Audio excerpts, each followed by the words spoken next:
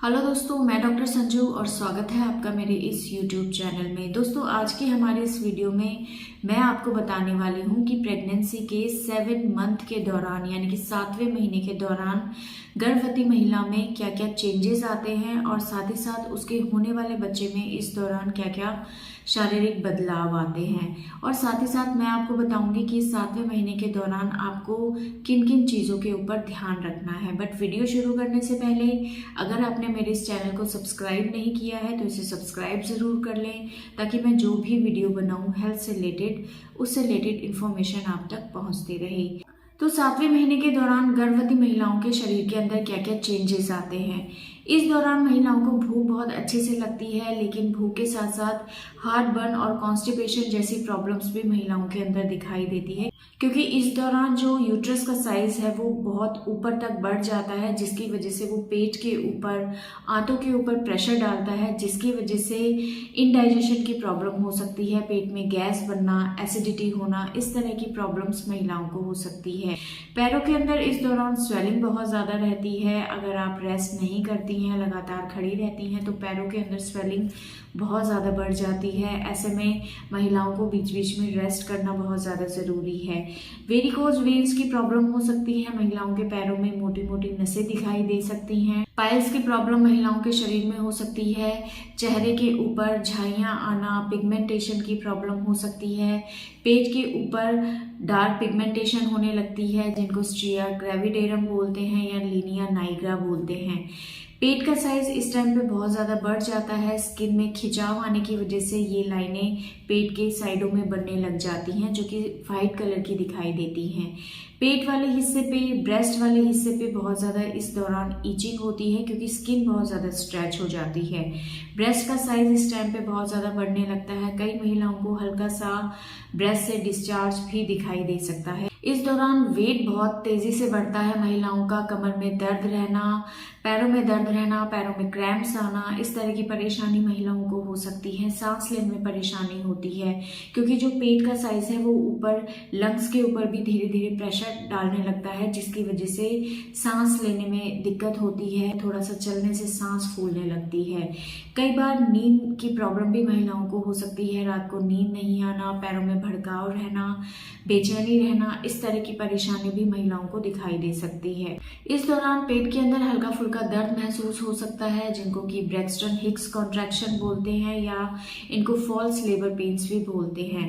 हल्के फुल्के दर्द होते हैं जो कि थोड़ी देर में अपने आप ठीक हो जाते हैं। इनके लिए किसी तरह की मेडिसिन की जरूरत नहीं पड़ती है। इसके अलावा इस दौरान महिलाओं का जो ब्लड प्रेशर है वो फ्लक्चुएट होने लगता है।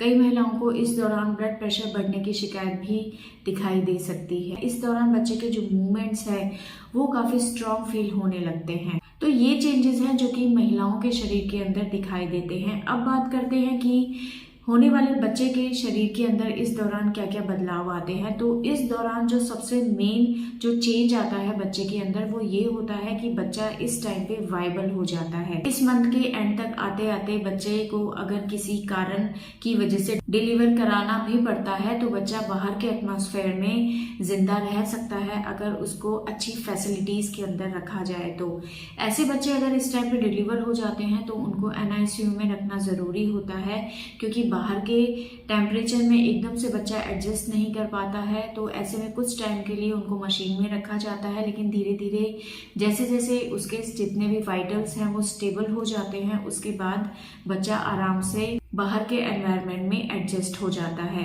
बच्चे के जितने भी ऑर्गन्स होते हैं इस टाइम पे वो अच्छे से काम करने लगते हैं। लंग्स की जो मेच्योरिटी है वो इस टाइम पे फिर भी पूरी तरह से नहीं हो पाती है। इसके अलावा जितने भी ऑर्गन्स होते हैं वो पूरी तरह से डेवलप हो चुके होते हैं। बच्चे के जो नेल्स हैं वो आने लगते हैं, स्किन के ऊपर बाल दिखाई देते हैं, स्किन के ऊपर वाइट कलर की परत जो है वो जमने लग जाती है, वो दिखाई देने लगती है। बच्चा एमनियोटिक फ्लूइड को पीता है, इसी को यूरिन के थ्रू शरीर से बाहर निकालने लगता है। इस टाइम पे अगर बच्चे के वजन की बात की जाए तो बच्चे का जो वजन है वो लगभग 1200 से 1500 ग्राम के आसपास हो सकता है। लंबाई की अगर हम बात करें तो लगभग 14 इंच बच्चे की जो लंबाई है वो इस टाइम पे हो जाती है। बच्चा अपने मूवमेंट्स बहुत अच्छे से करने लगता है, हाथ पैर बहुत अच्छे से हिलाने लगता है क्योंकि उसकी जो हड्डियां हैं वो मजबूत होने लगती हैं। स्किन के नीचे फैट का डिपोजिशन शुरू हो जाता है। तो ये सारे चेंजेस हैं जो कि इस दौरान बच्चे के शरीर के अंदर दिखाई दे सकते हैं। अब बात करते हैं कि इस मंथ के दौरान गर्भवती महिलाओं को किन किन बातों का ध्यान रखना है। तो देखिए, जैसे कि मैंने अभी बताया, इस दौरान महिलाओं को हार्ट बर्न या कॉन्स्टिपेशन की प्रॉब्लम होती है। तो इस दौरान महिलाओं को थोड़ा थोड़ा करके खाना खाना है और जो भी वो खाएं वो खाना बहुत ज़्यादा मिर्च मसाले वाला नहीं होना चाहिए, बहुत ज़्यादा घी तेल वाला नहीं होना चाहिए। इससे महिलाओं की ये जो समस्या है ये बढ़ सकती है। लिक्विड चीज़ें आप इस टाइम पे अच्छे से ले, फ्रूट्स, हरी सब्जियां इस टाइम पे आप अच्छे से ले ताकि आपको कॉन्स्टिपेशन जैसी प्रॉब्लम्स ठीक हो सके। इसके अलावा आप जो भी खाना खाएं उसमें विटामिन मिनरल्स अच्छी मात्रा में होना चाहिए। बहुत ज़्यादा मीठा या तेल घी वाली चीज़ों से आप परहेज करें। इस दौरान महिलाओं को पैरों में स्वेलिंग की परेशानी बहुत ज़्यादा रहती है। तो बहुत लंबे टाइम तक आपको खड़े नहीं रहना है, बहुत लंबे टाइम तक आपको बैठे नहीं रहना है। खाने में नमक की मात्रा आपको कम करनी है और सोते टाइम आपको अपने पैरों के नीचे तकिया लगाना है ताकि पैर जो है वो आपकी बॉडी से थोड़े से ऊपर हो ताकि जो स्वेलिंग है वो कम हो। बैठती हैं तो लगातार आप बैठे ना रहें, इससे बैकएक की प्रॉब्लम रहेगी। या पीछे आप पिलो यूज कर सकती हैं, उसको लगा के आप बैठ सकती हैं। और सोते टाइम आपको एक चीज का ध्यान देना है कि आपको सीधे नहीं लेटना है, हमेशा लेफ्ट साइड करवट लेके आप सोएं। इससे जो ब्लड सर्कुलेशन है वो प्रॉपर तरीके से होगा, आपको हार्ट बर्न की प्रॉब्लम कम होगी। इसके अलावा इस टाइम पे महिलाओं के अंदर ब्लड प्रेशर से रिलेटेड प्रॉब्लम्स आने लगती हैं। तो आप अपना ब्लड प्रेशर रेगुलर मॉनिटर इस टाइम पे ज़रूर कराएं।